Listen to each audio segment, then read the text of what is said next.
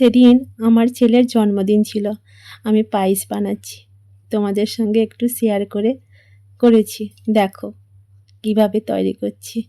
প্রথমে কড়াইতে জল গরম করার জন্য দিয়ে দিয়েছি, দিয়ে এই যে চালগুলোকে ধুয়ে কড়াইতে দিয়ে দিলাম।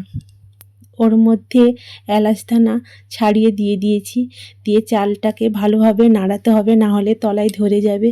সেগুলোকে ভালোভাবে নাড়িয়ে নিয়েছি, চালও ছেড়ে এসছে। দিয়ে গরম জল ওর থেকে বের করে রেখেছিলাম, দিয়ে ওকে ভালো করে দুধ গুলিয়ে নিব।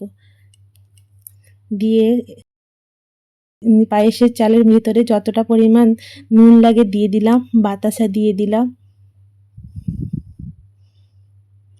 আর বাদাম দিয়ে দিলাম। দিয়ে কিছুক্ষণ নাড়িয়ে নিব। দিয়ে দুধটা গোলানো হয়ে গেছে, ওকে দিয়ে দিচ্ছি। চালটা ছেড়ে আসার পরে দিয়ে দিচ্ছি, দিয়ে আর একটু নাড়িয়ে নিব।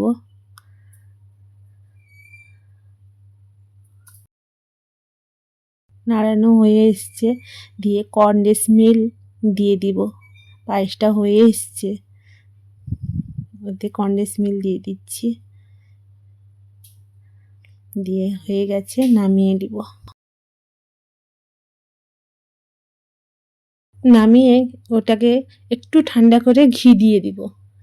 সবাই আমার ছেলেকে আশীর্বাদ করো যেন ভালো থাকে।